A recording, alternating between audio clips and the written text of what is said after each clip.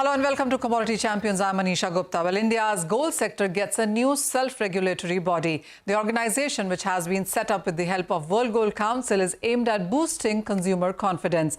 The Indian Association for Gold Excellence and Standards has been tasked with ensuring free, fair and sustainable practices in the industry, along with regulatory compliance. The association will establish a code of conduct and introduce an audit framework created by the industry itself. It is set to be operational by early next year, and the adoption of the organization's code will be entirely voluntary for companies. To understand more about what the body aims to do, I'm joined by Sachin Jain. He's CEO of India for World Gold Council. Sachin, hi, thank you so much for joining us. And there's so much to talk about in sense of gold. But first of all, about this new body that has been formed, and as the press release suggests, that it will be operational early next year. Why do you think it was needed? Manisha, thanks so much for getting me on. And it's such an important step that we as a world, as the gold industry is taking. And I'm really proud to share that this is the first time there will be a self-regulatory organization in the gold business anywhere in the world. And the first step is going to be in India. That gives me a lot of pride. And the fact is that, self-regulation as a concept is a area envisaged and promoted and suggested by the government of India. And it exists already in various industries. The fact that we're now trying to implement the same in the gold business is not something that we started thinking about it just now. It's been an endeavor and a conversation for very many years. We've, amongst all the researches we've done with the end consumer, the consumer on the street who's willing to consume gold, there is, in all the researches come out, there is a trust deficit.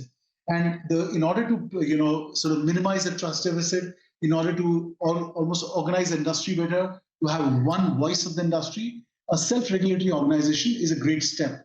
And if I were to explain to you what that really means, is that it's between an association that exists between the industry and the government regulator. And this self-regulation, which, as you mentioned, is voluntary, is around a code of conduct, is based on an audit framework. And what it'll do to the end customer is that you can put your hand on the heart, and when you see that logo of IAGES that you just now talked about, which is India Association for Gold Excellent Standards, you could be rest assured that the business integrity and the business process in this enterprise is well taken care of. So the intent to provide, as you said, more transparency, but really more confidence into the gold business. Sachin, also, various Indian associations are part of it, and many of these associations, whether it's the IBJ or GJPC and the other ones, have their own members, and they also do some verified checking in all their members as well. There are various schemes run by all of them. Would you say that with the formation of IAGES, you will perhaps supersede all of those? Well, intent, Manisha, is not to supersede anybody. Everybody comes in as a specialty of what they do. The intent of IAGES is to be across the value chain. So the membership is open to people right from bullion trade, refinery, trading, manufacturing, retailing, digital play. So it's through the value chain of the gold business. And Sachin, is there a cost of joining this? Is there a cost to all of this? Well, the cost will be to get the audits done. And yes, there will be a cost around it. But the intent is not the cost and hence the governing body. The intent is really to create a future where, and we believe that industry at large does a great amount of work based on integrity, based on the rules and regulations. The core objective of IAGES will be to, one, recognize people who are doing a great job and, garner their interest. Secondly, give a roadmap to people who want to accelerate and do things better.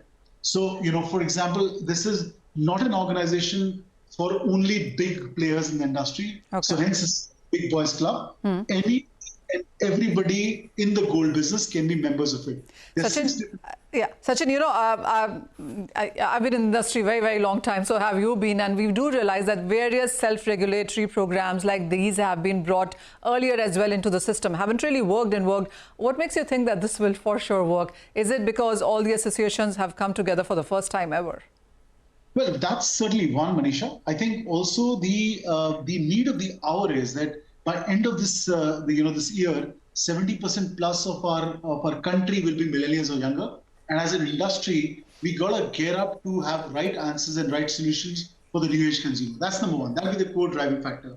The interest of World Gold Council here is to provide the seed, provide the infrastructure, provide enough support, not just for year 2024, but also for the years to come forward. where we will be ensuring that the right investments are made, that the name of IAGES, the logo of IAGES is gaining a lot of popularity and is well understood by the end consumers. So while it's about creating something, and you rightly said that there have been a lot of initiatives like this, the difference really here is that the governing body or the governing board of this association on one side will have the associate representation, but also will have independent board of directors, which will guide this process forward.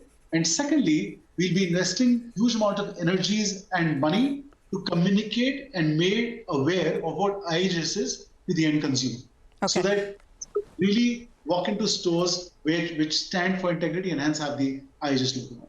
All right. So I actually want to come back to the consumer-centric part of this. And in the last 5 or 6 years, we've seen hallmarking come in a very big way. We've seen more organized players, more organized chains opening up as well. There is more transparency. People are aware more about certification when it comes to diamonds and various other things as well. We've seen IPOs come in. So yes, in that sense, the industry really seems to be growing with leaps and bounds. When it comes to directly to the consumer, what is it that the consumer now can look forward to with IAGES, knowing that that your participant or your member is clearly clean in that sense? Well, I think, Manisha, for different verticals, as I mentioned, different parts of the value chain, the different layers of code of conduct that every player will have to adhere to. And the audit will happen by independent body, which will be done through auditors. So it's pretty serious in that sense. And I can assure you that the way it's framework, it's incorporating the big and the small, the geographical variation of rural and urban, and big to small and everybody else.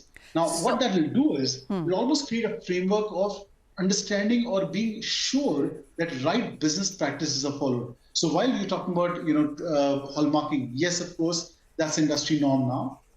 But taxation paying. Are you providing, is there no child labor in our business? Are you providing enough infrastructure for your laborers? Are you providing, proper billing standards? So all of these things, which will be important for a consumer at large. Sachin, well, that's about the new organization. Of course, we'll keep an eye on that as you have more framework and more guidelines to share with us as well. I mean, as you said, this is going to add another layer as also the part being that more associations are coming together for this. So I'm assuming that there would be more harmony within. And when you're talking to the government, it would be one voice. I mean, that is something that was clearly needed within the industry here. But let's talk about the gold prices also. And that clearly has been one of the top stories too. The global market seeing a decline and, of course, the duty cut within India as well. Has all of that stabilized? The premium that we saw in the prices a few days ago, would you say the markets are now more settled? I think markets, Manisha, will be settled, I think, in a little more time, because also this is compiled with the global volatility that's happening and in the financial markets going up and down. So that's one part. I think the custom duty cut has been a very welcome move. It almost gives a great throughput to the Indian consumer to actually consume more gold. And a lot of comparatively with this, the cut of all the smuggling grey channel, I think the Indian industry will operate at a parity. And lastly, when we look at the overall numbers as to what does the gold business contribute, there'll be a fair number that includes every part of the gold business. So I think with that given, we foresee that these Q4 with the festive season coming in, and also right now in the next one or 2 months, we're seeing a lot of preparation happening by the industry and the jewelers as such. We think that Q4 will be a very important quarter, very buoyant quarter for the business. Oh, absolutely. Next week is IAGES and all eyes onto that one as far as the industry goes. But a final question, Sachin, and there still is this fear about GST. I mean, some pockets of people are still talking about that there could be a hike on that. Your sense on that? And the two, what's your sense on the import number now? And as you said, that the festival season could be looking at a higher demand. So if compared to last year, what kind of demand numbers are you looking at? Sure. So Manisha, to answer your first thing about GST, I think it's a lot of conversation that we are doing as an industry, within the industry, by our industry. I don't think there's any indication that's coming from the government of India yet. The last time when the GST numbers was getting set, there was a great amount of consultation that the government of India did with the industry at large, what it's going to be for the gold business, what it's going to be for the diamond business. And I foresee that even if any change is going to come, it's going to go through a lot of conversation at a right level. So I think we're sort of shooting the gun a little too ahead, and we should focus on, as an industry, focus on the opportunity now, the corrective measures, and the very important strong measure that the government has taken, and garner the benefit of that. That's part one. Your second point about what we envisage as the import number. If you reflect on quarter two and the results of quarter two, we've ended the quarter two at almost about 149.7 tons of consumption, which is with the combination of investment demand, which went up by 47%, which is huge, and also 17% drop in jewelry. Now, that was the end of quarter two, where with the price of gold, we saw a slightly dampened demand of the end consumer on jewelry. Now, with this change of correction, now our earlier envisaged number for the year, which was around 700 to 750 tons, I think we will still get to that same number, perhaps at the end of that number. And hence, I think that even with this slightly slowdown in quarter two, it's going to get picked up and we'll get to the same numbers minimum at 700 to 750 tons as the end of the year. All right. So strong numbers coming in, and of course a lot of euphoria after the prices have declined, and why not, because we're heading into the festive season as well. Sachin, thank you so much for joining in and talking all things gold. But with that, we have to take a very short break. But coming up, the crypto markets have improved after a near meltdown on the back of sell-off in wider markets. A discussion with Dilip Shenoy, chairman of Bharat Web3 Association, when we return.